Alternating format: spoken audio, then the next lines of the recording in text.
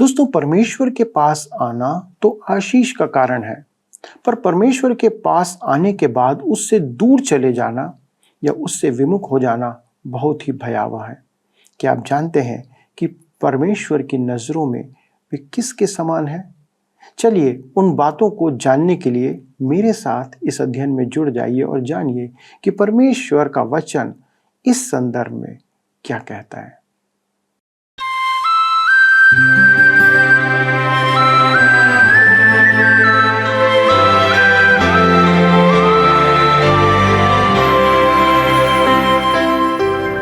प्रिय मित्रों, आप सभी को दोबारा से आने वाले उद्धारकर्ता मसीह यीशु के पवित्र और सामर्थी नाम में प्रेम भरा नमस्कार।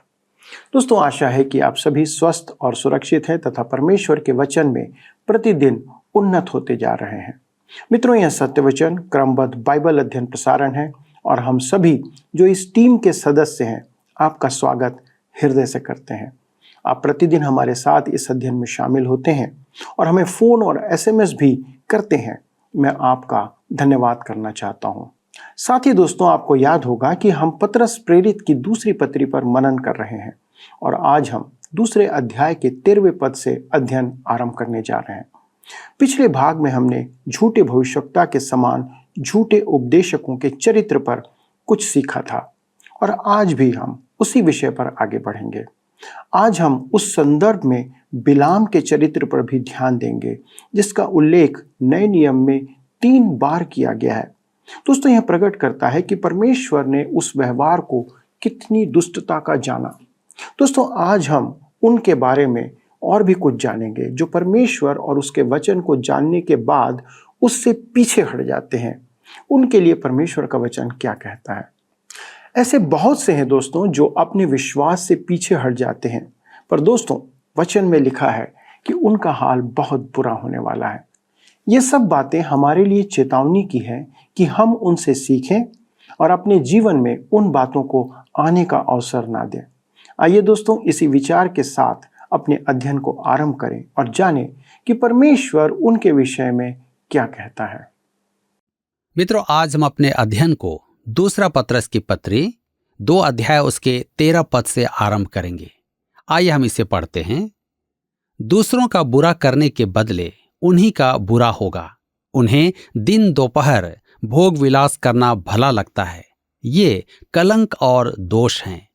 जब वे तुम्हारे साथ खाते पीते हैं तो अपनी ओर से प्रेम भोज करके भोग विलास करते हैं। मित्रों, ध्यान दीजिए, पद 13 और 14 में हम धर्म भ्रष्टों के मन की पूर्ण सड़ाहट देखते हैं। गलत सोचने वाला गलत काम करेगा, इसमें 2 राय नहीं है। लोग कहते हैं, मैं अपना जीवन जैसा जीना चाहूं वैसा ही जीऊंगा। बहुत से प्रतिष्ठित लोगों का अन्य स्त्रियों के साथ अनैतिक संबंध हैं। वे पीते हैं, कुछ तो बहुत ज्यादा पीते हैं।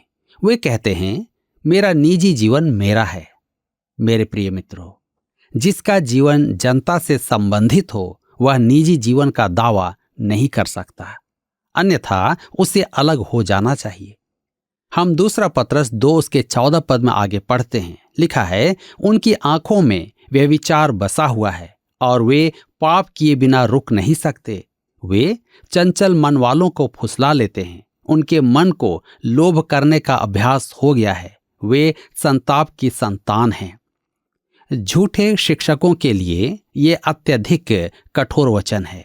वे घोर अपराध के दोषी हैं और आप इस भ्रम में न रहें कि परमेश्वर उन्हें दंड नहीं देगा। हम दूसरा पतरस 2 उसके 15 पद में आगे पढ़ते हैं। लिखा है, वे सीधे मार्ग को छोड़कर भटक गए हैं और बौर के पुत्र बिलाम के मार्ग पर हो लिए हैं, जिसने अधर्म की मजदूरी को प्रिय जाना। नए नियम की अंतिम पुस्तकों में बिलाम का नाम 3 बार आया है। दूसरा पतरस में यह बिलाम की रीति है। यहूदा में यह बिलाम की भूल है। प्रकाशित वाक्य में यह बिलाम की शिक्षा है। इन तीनों में अंतर है। बिलाम का मार्ग क्या है? अधर्म की मजदूरी को प्रिय जानना। बिलाम जानता था कि उसे इस्राएल को श्राप नहीं देना चाहिए था, परंतु वह घूस की बड़ी राशि देखकर लालच में आ गया था। इसका अर्थ है व्यक्तिगत लाभ के लिए धर्म का काम करना। हम दूसरा पत्रस 2 उसके 16 पद में पढ़ते हैं, लिखा है, पर उसके अपराध के विषय में उलाहना दिया गया है, यहां तक कि अबोल गदही ने मनुष्य की बोली से उस भविष्यद्वक्ता को उसके बावलेपन से रोका।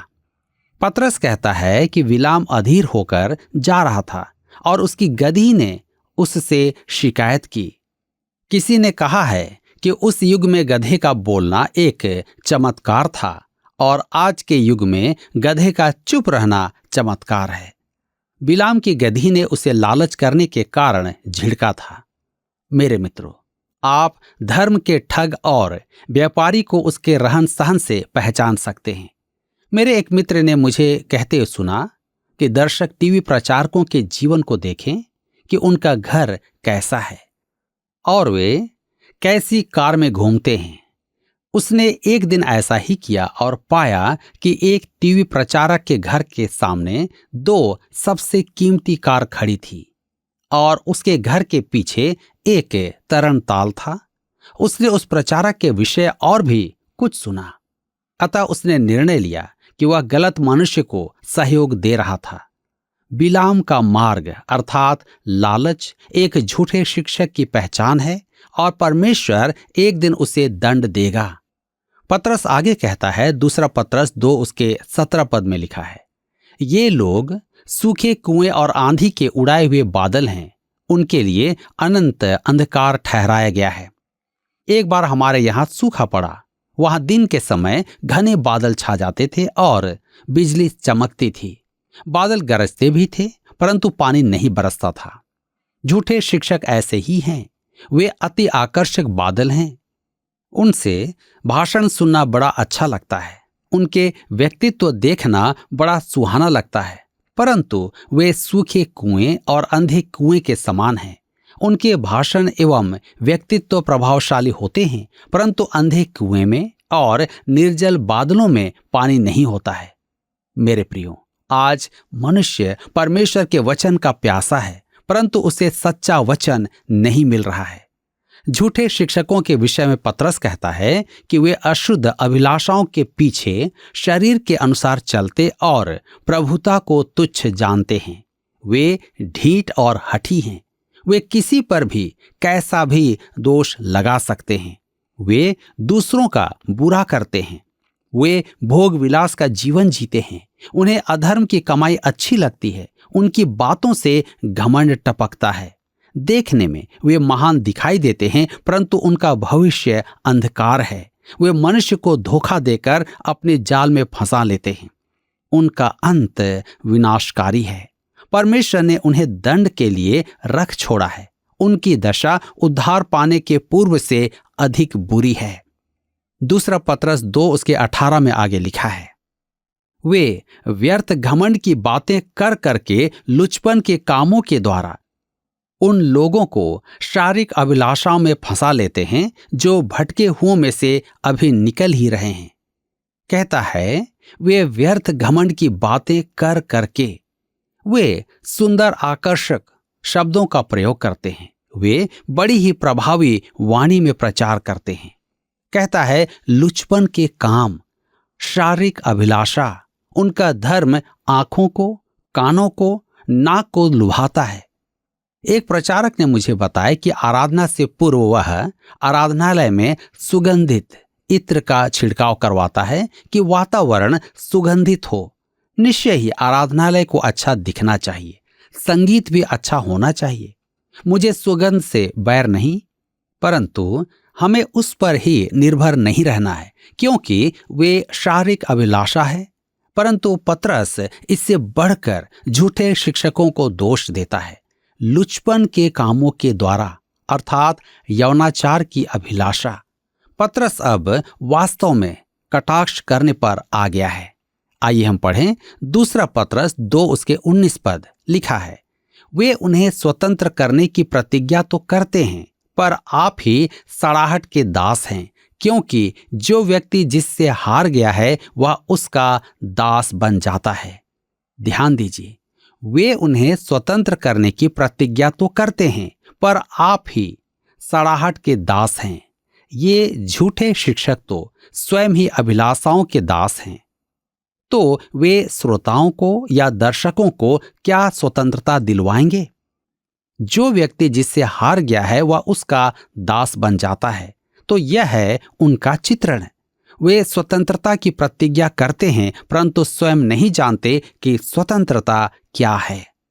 दूसरा पत्रस 2:20 में आगे लिखा है, जब वे प्रभु और उद्धारकर्ता यीशु मसीह की पहचान के द्वारा संसार की नाना प्रकार के अशुद्धता से बच निकले और फिर उनमें फंसकर हार गए, तो उनकी पिछली दशा पहले से भी बुरी हो गई है। ये भ्रष्ट जन प्रभु यीशु के विषय जानते हैं। वे सत्य को जानते हैं, परंतु उन्हें सत्य से लगाव नहीं है। वे अपनी अंगीकार का इनकार करते हैं, अपने भ्रष्ट स्वभाव के दास बन चुके हैं। और मैं अनेक लोगों से यह भी सुनता हूं, मैं अति धर्मी हूं, मैं उस कलीसिया का सदस्य हूं। हम तो नहीं मानते कि बाइबल परमेश्वर का वचन है, परंतु हम में प्रेम और भाईचारे की कमी नहीं है। मेरे प्रियो, कहते हैं हमारा आराधनालय बड़ा सुंदर है और हमारी आराधना हमें आनंद से भर देती है। ऐसे लोग संसार के भ्रष्टाचार से मुक्त हो चुके हैं, परंतु समाचार में अपराध और अराजकता पढ़कर या सुनकर भयातुर हो जाते हैं। क्यों? क्योंकि वे संसार के भ्रष्टाचार से तो निकल आए हैं, परंतु सड़ाहट से बच नहीं सकते। वचन में लिखा है, उद्धारकर्ता यीशु मसीह की पहचान के द्वारा। ऐसा नहीं कि उन्होंने सुसमाचार नहीं सुना, उन्होंने सुसमाचार अवश्य सुना है। मुझसे किसी ने कहा, मैं आपके बाइबल अध्ययन के टीवी प्रसारण को लगभग प्रतिदिन सुनता हूं, परंतु उसने कहा कि वह विश्वास नहीं करता है।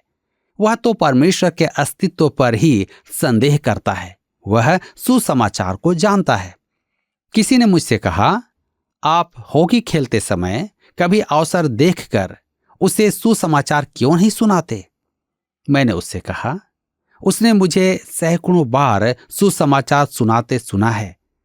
अब और अधिक सुसमाचार सुनाने की आवश्यकता नहीं है। पतरस कहता है, फिर उनमें फंसकर हार गए, तो उनकी पिछली दशा पहले से भी बुरी हो गई है।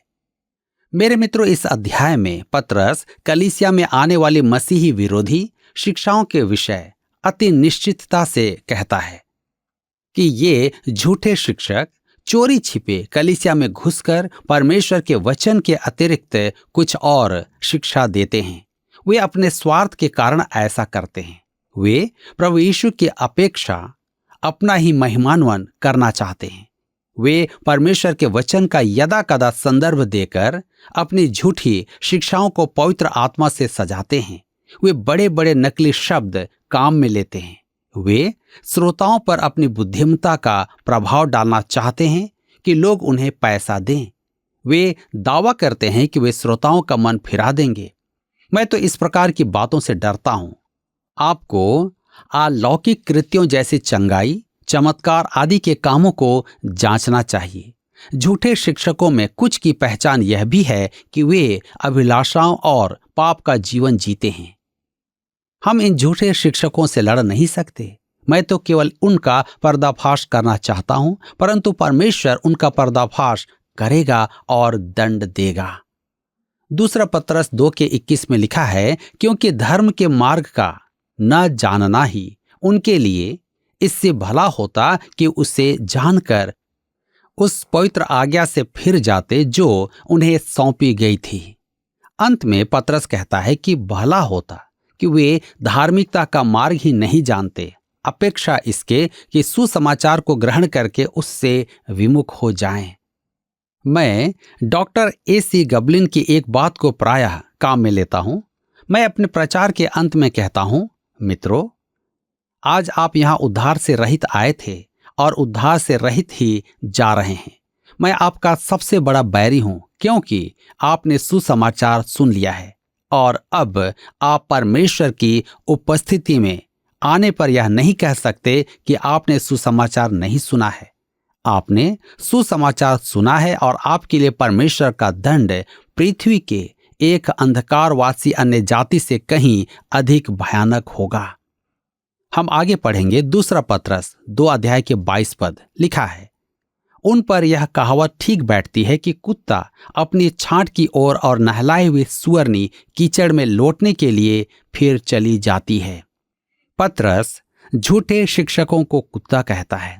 एक यहूदी के लिए कुत्ता सबसे बुरा जानवर था। कहता है, कुत्ता अपनी छांट की ओर। पत्रस के मन में भजन संहिता 26 उसके 11 का विचार है कि वे अपने अपरिवर्तित मन की दशा में लौट जाते हैं। तब आगे कहता है, नहलाए हुई सुअरनी कीचड़ में लौटने के लिए फिर चली जाती है। आपने उड़ाव सुअर का दृष्टांत कभी नहीं सुना होगा। यह पत्रस वही सुनाता है। यह प्रभु यीशु के दृष्टांत पर आधारित है, उड़ाव पुत्र की कहानी, जिसे हम लूका रचित सुसमाचार 15 अध्याय उसके 11 से 32 पद में पढ़ते हैं। कुछ लोगों का कहना है कि आप उड़ाव पुत्र के दृष्टांत से सुसमाचार प्रचार नहीं कर सकते, परंतु मैंने एक प्रचारक को उड़ाव पुत्र की कहानी सुनाकर सुसमाचार प्रचार करते सुना था। उस प्रचारक ने ऐसे रूपक काम में लिए जो मुझे आज भी याद हैं। वह उड़ाव पुत्र को गंदी से गंदी पाप की जगहों में ले गया। उस रात सब भक्तों ने प्रचारक के प्रचार में अपने पाप को देखा। वह एक अत्यधिक प्रभावशाली संदेश था। मैं उस रात पहली बार वेदी के निकट गया था और मुझे विश्वास है कि उस दिन अनेक जनों का उद्धार हुआ था। उस दृष्टांत की व्याख्या करके मुझे किसी ने नहीं समझाया और मेरा जीवन प्रकट कर रहा था कि मेरा उद्धार नहीं हुआ है, परंतु मेरा मन खुल गया था। उड़ाव पुत्र की कहानी में पापी का पुत्र बनना नहीं है, परंतु पुत्र का पापी बनना दिखाया गया है। एक धनवान मनुष्य के 2 पुत्र थे। छोटा पुत्र विदेश जाना चाहता था। डॉक्टर स्ट्रीटर इसे रिश्तेदारी या निकटता का पाप कहते हैं, अर्थात दूर के ढोल सुहावने लगते हैं। मेरा मानना है कि पाप का मुख्य आकर्षण है उसका रहस्य। एक कहावत है, दूसरे की थाली में घी अधिक दिखाई देता है। यही इस युवक की समस्या थी। अतः वह बहुत पैसा लेकर चल पड़ा। विदेश में उसे अनेक मित्र मिले। उसने भोग विलास में सब पैसा उड़ा दिया और अंत में एक सुअर पालने वाले के पास नौकरी करने लगा। प्रभु यीशु से यह बात सुनकर चुंगी लेने वालों और फरीसियों की भौहें तन गई, क्योंकि एक यहूदी युवक इससे अधिक नहीं गिर सकता था। वह तल में पहुंच गया था। वह नशा करता था और अन्य बुराइयां भी उसमें व्याप्त थी। वह सुअरों के बाड़े में रह रहा था। इस दृष्टांत के मुख्य शिक्षा पापी का उत्थान नहीं है। यह मुख्य विचार है कि पिता पापी को उभारता ही नहीं है, पर पाप करने वाले पुत्र को फिर से अपना लेता है। किसी ने एक बार स्वर्गीय डॉक्टर हेरी शिमर से पूछा, यदि वह युवक सुअरों के बाड़े में मर जाता तो क्या होता? डॉक्टर शिमर ने कहा, यदि वह सुअरों के बीच मर भी जाता तो वह सुअर नहीं होता। वह एक पुत्र था। घर छोड़ते समय वह एक पुत्र था। विदेश जाकर भी वह एक पुत्र था। पाप में निर्वाह करते समय भी वह एक पुत्र था और सुअरों के मध्य भी वह एक पुत्र था। अब क्योंकि वह एक पुत्र था, उसने एक दिन कहा जो बात कोई भी सुअर नहीं कह सकता है, मेरा पिता वहां एक बड़े घर में रहता है और उसके सेवकों का जीवन मुझसे अच्छा है। मैं तो उसका पुत्र हूं, परंतु सुअरों का सा जीवन जी रहा हूं। मैं अपने पिता के पास जाऊंगा। कोई सुअर ऐसा कभी नहीं सोचेगा। यदि वह विपरीत दिशा में न चल रहा हो, तब वह सुअर के बाड़े के विषय में ही कहेगा। मेरे प्रियो, यह क्या ही अद्भुत और भली बात है कि आज हम भी अपने जीवन को देखें कि क्या हम भी आज सुअर के बाड़े में तो जीवन नहीं जी रहे हैं। यदि हमारा जीवन ऐसा ही है तो समय है कि हम भी इस बात को कहें कि मेरा पिता जो अच्छे स्थानों में रहता है। अपने जीवन को प्रभु के हाथों में दें। परमेश्वर आपको भी उस गंदगी से बाहर निकालेगा। मित्रों, आपने देखा कि परमेश्वर झूठे उपदेशकों और विश्वास से पीछे हट जाने वाले लोगों के बारे में बहुत कठोर भाषा का उपयोग करता है। जैसे वो कहता है, वे भोग विलास में पड़े हैं, रंगरलियां मनाते हैं। उनकी आंखें व्यभिचार से भरी है। अधर्म की मजदूरी को वे प्रिय जानते हैं। बिलाम के मार्ग पर चलने वाले और अनेक ऐसी बातें। दोस्तों, आज कलीसिया में अगुवे लोगों को आकर्षित करने के लिए परमेश्वर के वचन और मसीह के व्यक्तित्व का सहारा नहीं लेते, पर वे विभिन्न प्रकार के सांसारिक तरीकों को अपनाते हैं। संगीत पर जोर देते हैं, अन्य बातों से लोगों को लुभाने का काम करते हैं, पर परमेश्वर के साथ संबंध पर कोई भी ध्यान नहीं देना चाहता या नहीं दिया जाता है। यह सब वचन की शिक्षा नहीं है जो आज कलीसिया के विश्वासियों को भ्रमित कर रही है। पतरस बड़े ही स्पष्ट रूप से इन बातों को लिख रहा है। उस समय भी यही हो रहा था और आज तो ये बातें सीमा से पार होते जा रही हैं। आप बहुत सी आराधनाओं में इन बातों का समावेश देख सकते हैं मित्रों। सबसे अधिक यदि किसी बात पर बल दिया जाना चाहिए तो वह है परमेश्वर का वचन, परमेश्वर तथा विश्वासियों के साथ हमारी सहभागिता। ये बातें आराधनाओं में लुप्त होती जा रही है। पतरस उन लोगों के लिए जो परमेश्वर के वचन और विश्वास से फिर जाते हैं, उनके लिए बहुत ही कठोर शब्द का उपयोग करते हुए उनकी तुलना एक श्वान या कुत्ते से करता है जो अपनी छांट अर्थात अंदर से बाहर निकाली हुई वस्तु को फिर से खाता है या लौट जाता है। वह अपने पुराने जीवन में फिर से चले जाता है, जो परमेश्वर के सामने बहुत ही अपमानजनक और दंडनीय है। दोस्तों, हमारा परमेश्वर भय योग्य है और उसके पास आकर दूर जाना और उससे फिर जाना बहुत ही भयानक है। आइए हम अपने आप को जांचें कि हम मसीह में हैं कि नहीं, कहीं हम उससे दूर तो नहीं जा रहे हैं। आइए अपने आप को जांचते हुए प्रार्थना करें। स्वर्गीय परमेश्वर पिता, धन्यवाद देते हैं आपके अनुग्रह और दया के लिए कि प्रभु आपने हमें अपने निकटता में बुलाया, अपना वचन दिया, पापों को क्षमा किया। परंतु पिता परमेश्वर, हम बहुत सी बार देखते हैं कि हमारे प्रिय लोग, विश्वासी लोग आपसे दूर चले जाते हैं, सांसारिकता में खो जाते हैं। संसार की बातें उन्हें अधिक लुभाती हैं, क्योंकि प्रभु उनका प्रेम आपके प्रति नहीं, आपके वचन के प्रति नहीं। पिता अनुग्रह करें, दया करें कि प्रभु हम आपसे प्रेम करने वाले हों, आपके वचन से प्रेम करने वाले हों। अपने जीवन में पिता हम उन बातों पर बने रहें जो प्रभु आपने हमारे लिए ठहराई है। हमारे सारे दर्शकों के लिए यही विनती है प्रभु कि आप उनके साथ बने रहें। कोई भी गलत शिक्षा उन्हें भ्रमित ना करे प्रभु, कोई ऐसी बात पिता आपसे उन्हें दूर ना ले जाए।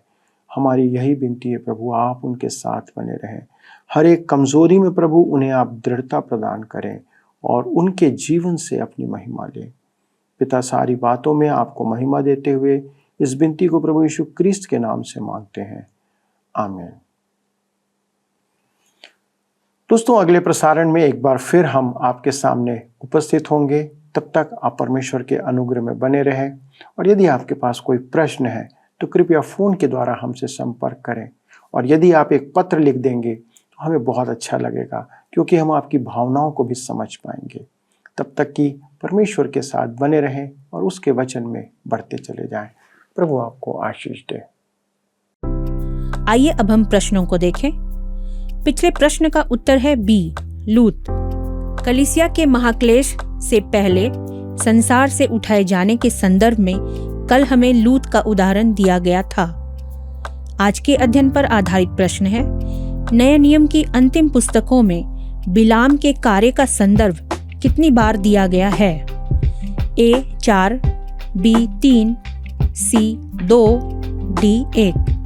मित्रों, इस प्रश्न का उत्तर हमें कल सुबह 6 बजे से पहले विकल्प ए, बी, सी या डी के साथ अपना नाम, पता, स्थान के साथ 9651433397 पर SMS या WhatsApp करें। क्या आपको यह कार्यक्रम पसंद आया? अभी हमें एक मिस कॉल करें और आप अगले विजेता हो सकते हैं।